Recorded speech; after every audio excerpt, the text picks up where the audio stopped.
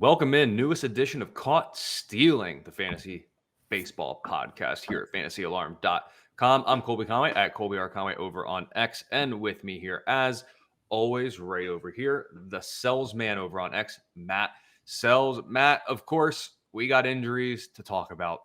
It's just rinse and repeat. All we have to do each week, we can just basically leave a standing appointment item on the agenda on our show sheet with injuries, and all we got to do is shuffle out a couple of names. So, Matt, let's kind of jump right in here. So, a couple of the big ones to actually hit the IL of fantasy note. One that's near and dear to my heart, Francisco Alvarez heads to the IL for about 6 to 8 weeks with a thumb injury he sustained rounding the bases. I can tell you this hurts more than just one of my fantasy and best ball teams. Yeah, he tore his UCL, not the one in his elbow. That's right. You have two of them. It's the one in his thumb. So that's unfortunate. Apparently, I'm giving. It's cool if you go like this, learning new things. You get a thumbs up icon that pops up on the screen. That's no bueno. If you're a catcher for numerous reasons. One, hard to catch a ball without a thumb, right? Without a functioning thumb, pretty hard to catch a ball. And then to grip a bat, also pretty tough to do without a functioning thumb. So we'll see what happens when he comes back, if he looks the same, if it's really in the 6 to 8 week time frame. I don't know. It's hard to trust Matt's medical diagnoses and timelines at this point. But it is a serious blow.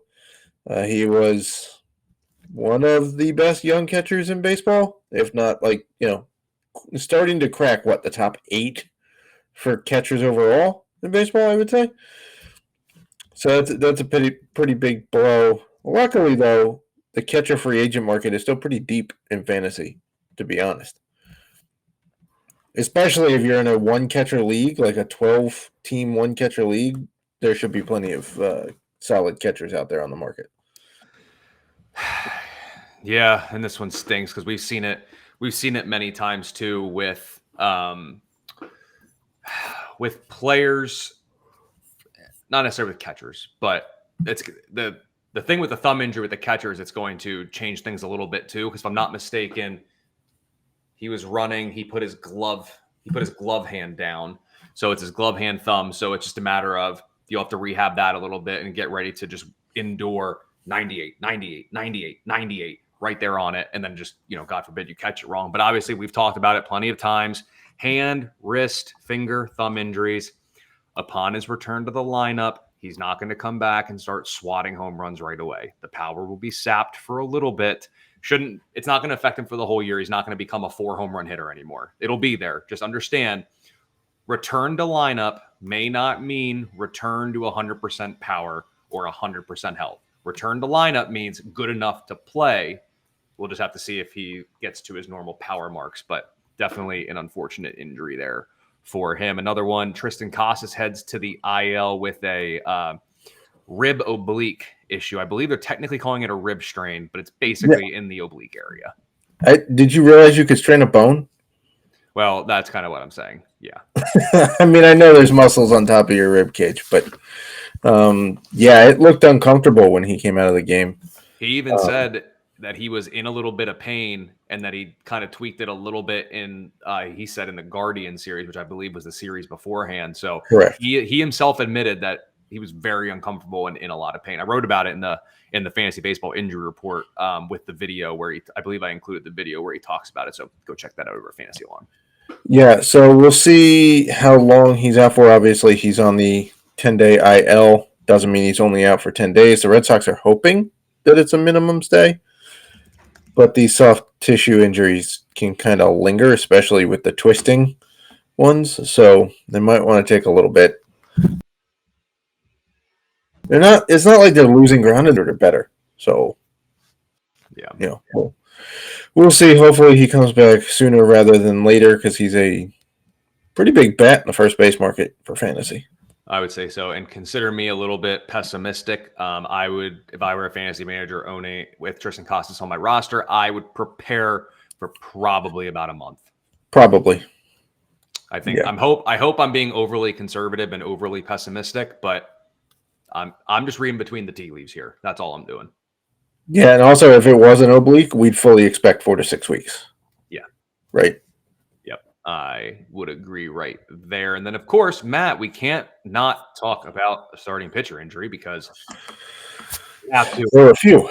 Let's just talk about let's roll through a couple of days that we're not really going to hit on, but AJ Puck, the walkathon, will take a brief break because he's going to head to the IL with some shoulder fatigue. DL Hall sprained his knee fielding a bunt. He heads to the injured list. Frankie Montas took a line drive off the elbow. Consider him day to day. We do have some potential returns potentially coming soonish. I'll say ish with the likes of Gavin Williams and Walker Bueller. Framber Valdez threw a bullpen. I wrote about that in the fantasy baseball injury report, so go check that out over Fantasy Alarm. Rangers are hopeful to get Max Scherzer in early May. I wrote about I don't really see that timeline adding up. I think it's closer to mid-May. You can go read my rough baseball math, my napkin math that I did in the article over there. But then on Sunday, pretty quickly, Christian Javier scratched and placed on the IL with some neck discomfort. The move, because he's a starting pitcher, they were able to do it retroactive to Thursday. So if my napkin math is correct, about Friday, May 3rd would be the earliest that he can come off the IL. What do we make of this? Because it's not necessarily anything major. It's just discomfort. Do you think the Astros are just playing it safe? I think they're just playing it safe right now. Better be safer in April into May than, have him pitch through it and then he tweaks something that wouldn't have been tweaked had he not pitched it. And then, now he's out for a lot longer time, right? This could have just been, I slept funny and tweaked the neck, right? We're all in the, 30, around 30, you start sleeping wrong and your neck and your back just don't loosen up the way they used to. And then you go out and pitch at 90 something miles an hour for, 80, 90 pitches. Have fun loosening your neck up after that. So I think this is more of a precaution thing. Sure. Would we have liked it if he was just scratched and then bumped back a couple of days? Sure.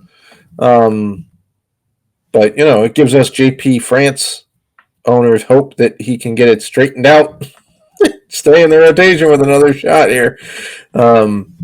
But I don't think it's terribly serious. By the way, another pitcher that landed on the IL after getting hit by a pitch is Ryan Nelson.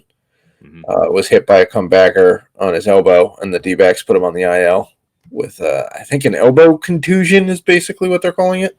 So we'll see what the timeline is for Ryan Nelson.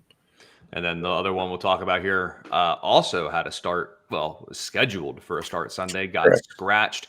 Merrill Kelly of the Arizona Diamondbacks determined they talked about shoulder discomfort, then became a strain of the teres major muscle, which is basically right around your armpit, shoulder area type thing. Dealt with Max Scherzer dealt with it last year. The team is still waiting more results that they got from another MRI around it. But Matt, we talked pre-show. This seems to be, if we're going to kind of speculate here, this seems more of a, 3 to 5, 4 to 6 week absence versus like a missing a start or two through the rotation. I'd be prepared to be without him for a month if it were me. Yeah, the D-backs came out and said that they're hoping he can avoid the IL. That's not happening. I don't see how that's a possibility. A, why would you willfully eat a spot on your roster for a guy who's may not pitch? Like, even if you're going, okay, well, we want him back in 9 days. Why are you going to get a roster spot for 9 days for a guy who's not going to do anything? Right? Doesn't make any sense. Secondly, we were, like you said, we talked pre-show. Max Scherzer pitched on September 12th last year. The next day, the Rangers general manager came out and said that Scherzer has a low-grade teres major strain, and he was done for the rest of the regular season and was unlikely to pitch in the entirety of the playoffs.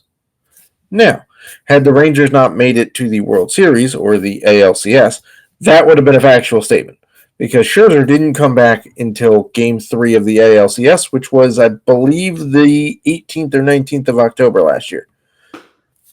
So that's roughly a month, maybe 5 weeks, that Scherzer missed. Now, Scherzer's older. He has a longer history of injury stuff and neck stuff and back stuff, sure. But still the same injury, and it's not like Merrill Kelly's only like 24. He's still in his mid-30s. So, we've got this lingering soft tissue thing. I'm with you. I don't see how Merrill Kelly's back on the mound for about a month, which really stinks because now you got Eduardo Rodriguez was moved to the 60-day IL, which I know doesn't change his time frame. It just frees up a 40-man roster spot. But you have him still out. Jordan Montgomery just made his first start for the Diamondbacks this weekend, like Friday. And now Merrill Kelly's out and Ryan Nelson's out. So, and Fott looks so far. So, it's a little bit of tough times for Diamondbacks country and their starting pitching options. I would say so as well. So for all of that injury information, head over to fantasyalarm.com. Check out the Fantasy Baseball Injury Report as I wrote that up. And if you need some fill-ins, also check out Howard Bender's waiver wire article, as there is some also good perhaps there. My prospect report will cover some guys that like maybe Slade Ciccone for the Diamondbacks. Yep, check that out as well. Whether it's veterans, whether you want prospects, whether you want injury news, we have you covered over at fantasyalarm.com. And Matt, one last thing. Actually, I'm going to tie this into the early season fantasy surprises. So let's jump into that. We've been doing this for the past couple of weeks. We'll continue to do it while we're still in the quote unquote early parts of the season. We both identified a hitter and a pitcher, but I'm going to throw out one out there first. This kind of separately, but what Elly De La Cruz is doing is phenomenal. I'll admit I'm not ready. I mean, it's if he would end the year today with these numbers, obviously the bus correction would probably be correct. But given that we're about 100 at bats into the season and he's already at 6 home runs and 10 stolen bases and hitting 300, what he's doing right now is insane. He's as toolsy as they come. 99th percentile sprint speed, 96th percentile barrel rate. There's still plenty of swing and miss, but he's making more contact than not. He was one of the higher profile names I included as a fantasy baseball bust for the season. I was buying into the quantity of contact metrics or I should say a lack thereof in terms of quantity of contact. He's proving me wrong right now. This is probably one of those things where he's not going to be this good the entire time. There's probably going to be some peaks and valleys in his game. But I mean, what he's doing is phenomenal. Like, you can't hate on it. It's very, very darn impressive. No, and then he has those little league inside the park home runs. I mean, the last one wasn't even little league. He just hit it over the center fielder's head and then just kept running until they tagged him out, which they didn't do. Mm-hmm. Right? So it's remarkably impressive. I don't know why fans in Cincinnati can't show up to watch him. I've seen a bunch of empty seats in those stadiums so far. I understand the team's not great, but I would show up just to see what Elly De La Cruz does 4 times a game. Like, guy is just ridiculous. Yeah, and let me ask you this: we don't spend too much time on it because how much what's there really need to be said about a good player? He's still not great against left-handers, but he's hitting them at least better than last year, and literally anything would have been an improvement from last year. So we'll take that. So let me ask you this: we are a month or so, about a month into the season. Based on what you know today, forecast for the rest of the season, how early do you think Elly De La Cruz goes in drafts next year? Well, I mean, what's he kind of pacing towards here real quick? I know that extrapolating is such a bad... Say 100 plate appearances. Say he gets to 600 by year's end. Take everything times 6. 36 home runs, 60 stolen bases. Very, very rough math. Yeah. He's not going to hit 306. So let's say even with a slow... He's not doing 30-60. I don't think that's... I'm not sure that's... Could he get to 30-40? Yeah, he could get to 30-40. Top 5? I was kind of thinking that. I mean, the batting average, I guess, is the key, right? So his 100 this stinks, but Baseball Reference has his 162 game average based on his career so far, which granted is like I don't know, 2/3 of a season old, right? He's played 119 total games in the majors. His 162 game average puts him at 26 homers, 60 stolen bases, and a 246 average. If that average comes up to 280 and then we're talking 30, 50, then yes. He's like, would you take him or Bobby Witt? Yeah. And then if things continue, do you take him or CJ Abrams? Or, right. I mean, he's basically CJ Abrams with higher upside. Yep. I think top 5 is very fair, if I'm being honest. I think if this continues, I think you'll eat the average because 246 right now does not kill you. That's basically league average, right? So doesn't give you a boost, but it also doesn't kill you. And then to get a 30-60 bat, yeah, I think he's. I mean, you can make an argument that. Well, let's put it this way: if things continue, can you make an argument he's the number 1 pick, or is that reserved for Mookie Betts? Like, is Mookie going into next year the number 1 pick right now? It's short. I mean, assuming he only has shortstop eligibility because he's not going to play outfield. He probably won't play enough second. Yeah. Because it's not Acuna right now. No. Well, right. Right now. Like, I understand we're like 3 weeks into a season. Unless you go the every other year thing with Acuna, and then next year's an on year. Which is great analogy. Right, but now his knee is barking, so, like, you got that. So, right now, if things continue, there's an argument that Elly De La Cruz is the number 1 pick next year, right? It is not out of the realm of possibility. I mean, you got to put him in the discussion is Betts, Bobby Witt, Elly De La Cruz, Tatis? Maybe. I mean, if you're going to throw Tatis in there at this point, you got to throw Abrams in. Right, but Abrams and Tatis are probably the 2 longest shots. Right. They're the outside. You're talking about the guys that could do like 20, 30 without really breaking a sweat. Yeah. Yep. I hear you.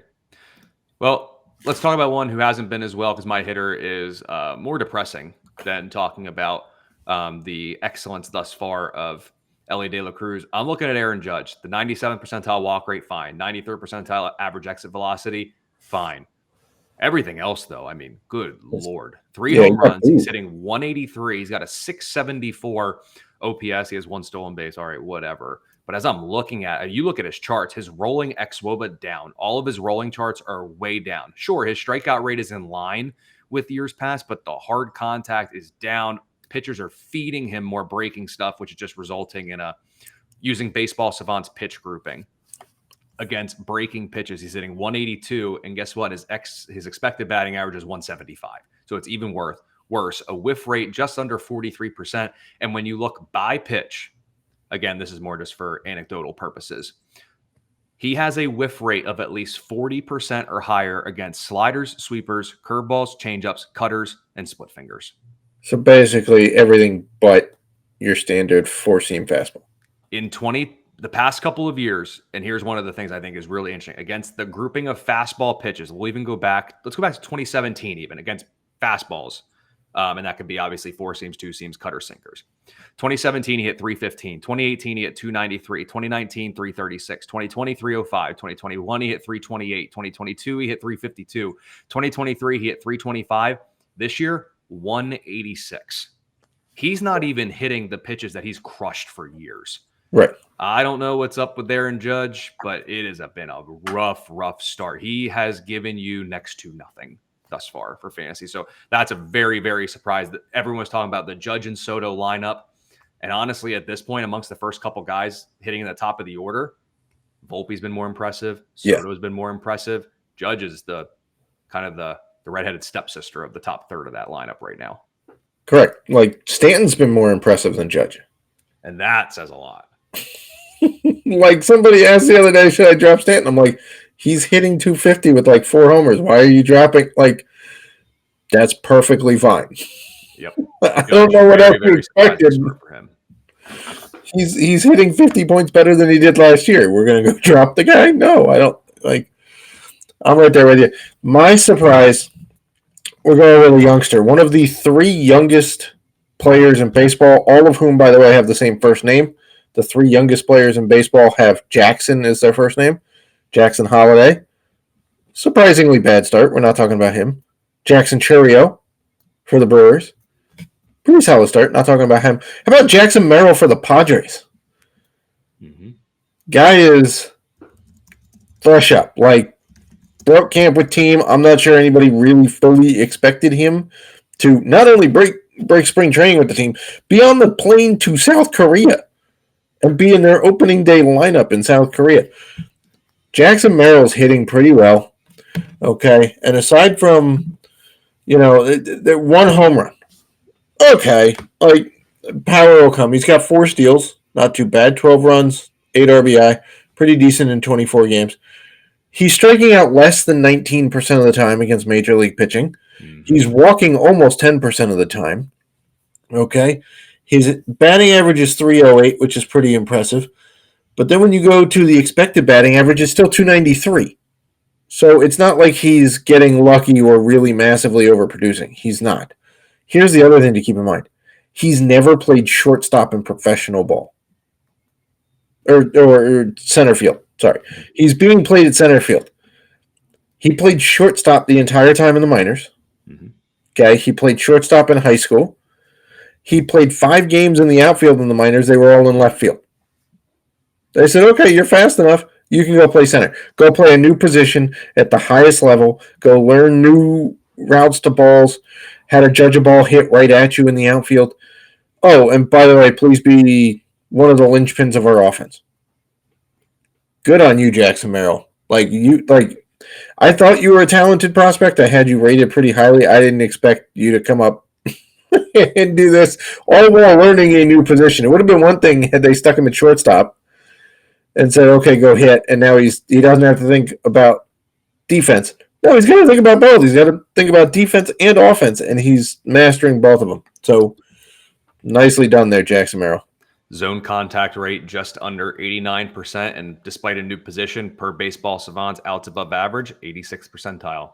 He's just exceeding across the board. No other way to put it. He has 0 errors so far, which I get is a subjective stat. Not the best thing ever, but in almost 200 innings in center field at a position you've literally never played except for maybe Little League, that's pretty impressive. Mm-hmm. And a lot of the numbers do well. His reaction, burst, feet, jump, looks good in terms of when you look at everything on Baseball Savant, everything looks good defensively. A lot to like about him. Let's keep your positive vibes going, since you seem to be the positive one here, and I'm the Debbie Downer today with all this stuff. So, hey man, it's a Monday. My soccer team's got absolutely shafted over the weekend by terrible calls and terrible defense. So I'm just turning my luck around, man. I'm trying to project good things in the world. I hear you. Well, let's keep rolling. Let's talk about a right-hander in Boston. Yeah, how about Cutter Crawford? Mm-hmm. We talked about Reed Detmers last week, who kind of coming up, you expected him to be an ace of a staff, right? That's what he was billed as, was the next frontline starter for the Angels. This week we're talking about Cutter Crawford, who for most of his time in the minors and in the majors to this point has kind of been a swingman. They've shifted him between the bullpen and starting. Even last year, he put up 129 in the third innings for Boston. 23 starts, but 31 appearances. So 8 of his appearances were out of the pen as well. Mm-hmm. Granted, he did not pitch as poorly as the 4.04 ERA suggests, right? His expected ERA was in the 3.25 range. Not so bad. How about this, though? Through 27 in the third innings this year, 5 starts. Sure, there's only 1 win. I'm not going to count that against him. Wins are fluky. Boston's offense has been up and down. Their pen's been up and down. Not counting the wins against them. He's striking out 9.8 guys per 9 innings. Okay, not bad. Mm-hmm. Walks are a little high right now. Okay, whatnot. Not giving up the long ball, at all. His strand rate, or left on base percentage, is almost 90%, which is pretty impressive. The ERA is minuscule at 0.66. Is it going to stay there? No, obviously not. He's not going to, smash Bob Gibson's record of 1.12 ERA for a full season. Not going to happen. Mm-hmm. But his expected ERA is 2.63. If it stays there, you would absolutely take that over 150 innings from Cutter Crawford for sure. So this guy is getting overlooked. He's been outstanding for Boston, as much as it pains me to say it. I know that, guys like Garrett Whitlock and some others haven't worked out. Cutter Crawford is working out. This guy's been spectacular to start the year. Let's talk about another spectacular start. I'm going to Mr. Imanaga in Chicago. I was frankly disappointed you beat me to the punch on this one on the show sheet. Yeah, he doesn't win with overpowering velocity, but he has an incredibly effective fastball. Yes. I will be curious to see as the book gets out on him a little bit more because he, despite having an awesome splitter, is kind of a fly ball pitcher. When that wind starts blowing out in Wrigley, does he have any summer heat? Yeah. Just curious about it. We'll see how it plays out. But right now, I'll be there in July to see what happens. So, yeah. And per Baseball Savant's run value, Shota Imanaga has the best four-seam fastball in the game. It's resulted in a 115 batting average and a 192 slug so far this year. He obviously has the splitter, which just induces whiffs at a ungodly rate. And then he's got a couple of other pitches he can mix in. His start has been nothing short of fantastic. See, here's the interesting thing with him, though, is that the splitter, he's throwing really well while it's cold out and it's harder to get grip on that ball. Mm-hmm. When it warms up and it's easier to get grip, I wonder if that'll negate the warmer weather and it being more of a fly ball pitch, right? I'm just curious to see. Again, I'll be there in July. Anybody who listens who, Cubs fan, my wife and I will be there in July for a series after the All-Star break. So hopefully he's healthy and pitching then, because I would love to see that guy. Hopefully Seiya Suzuki's back by then too, because I would love to see him too. Yep. And the interesting thing with him is he can win at all parts of the zone with his pitch mix.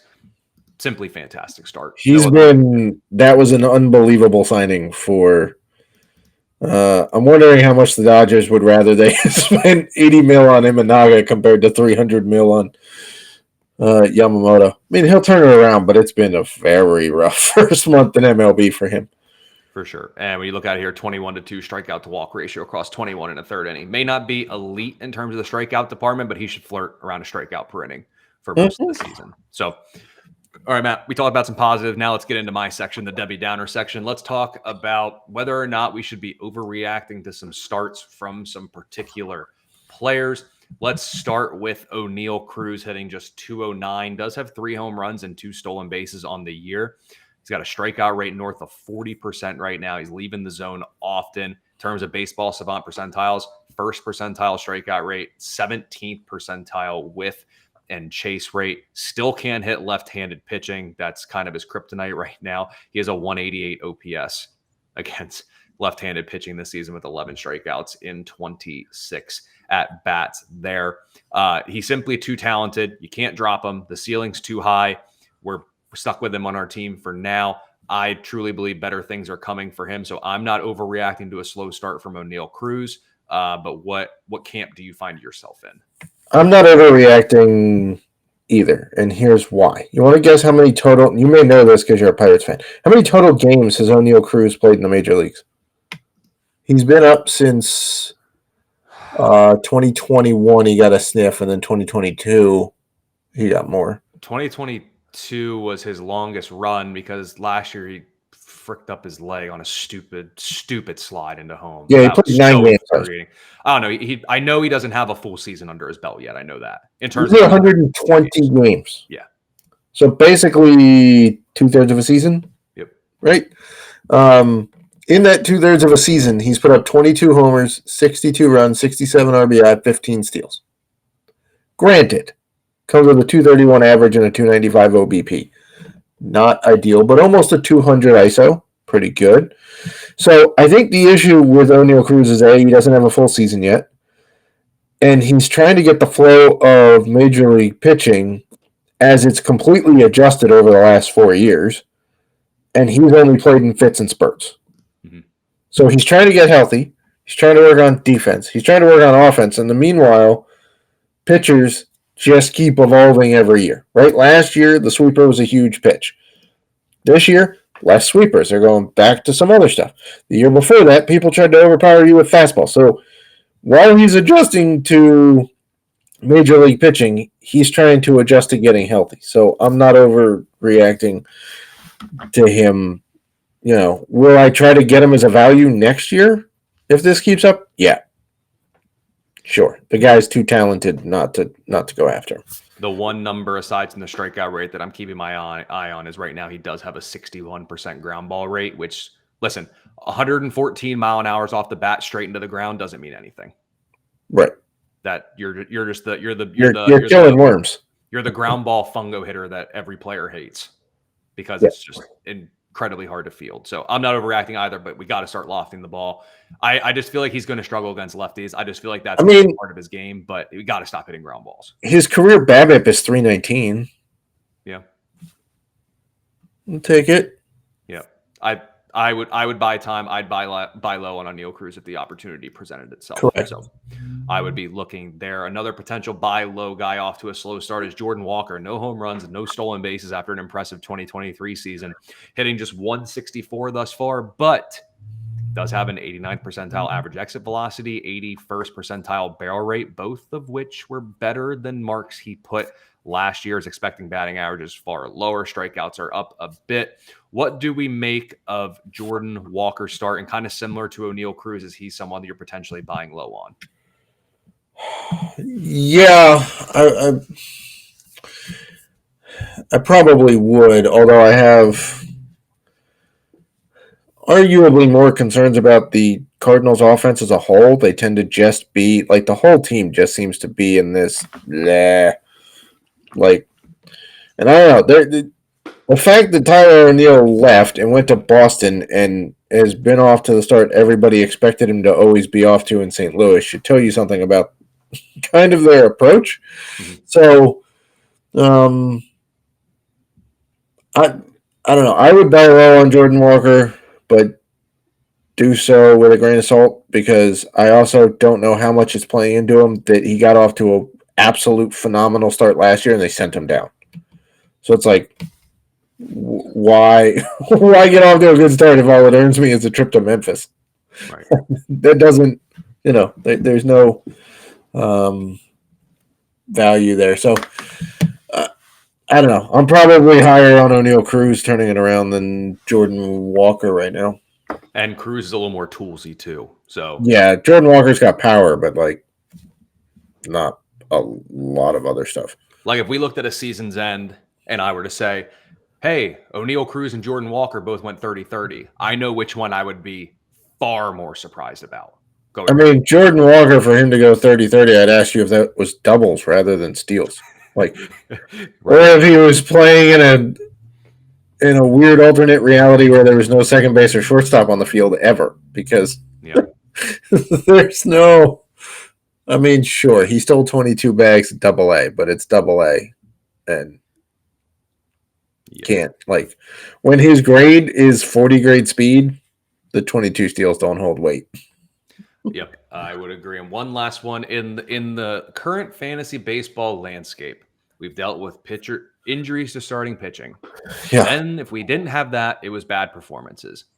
George Kirby had a good first start to the year, then got knocked around in a couple of starts against Cleveland and Seattle. So really, he's had 2 bad starts on the year that have really inflated his numbers overall. So far through 5 starts, George Kirby's sitting at a 5.33 ERA and a 1.3 WHIP. Still doesn't walk anybody, is allergic to walking people, which is great. Correct. Pumps the strike zone. And when you look, his expected ERA of 3.75 is lower than what it was last year. So I don't think there's any reason to panic about George Kirby. And when you look at it too, he got knocked around by Cleveland. That one sucks. That one, you got to wear that one on the chin. Yep. But like, he's got Colorado. He was fine against them, logged a quality start against Cincinnati, great start against Boston. It's really just it was 2 starts. It was Cleveland and Toronto back-to-back, 2 bad ones versus 3 pretty good ones. I don't really foresee a reason to be worried about George Kirby. Maybe I just talked about being a pessimist earlier. Maybe I'm too optimistic on Kirby, but I don't think there's a reason to panic at all.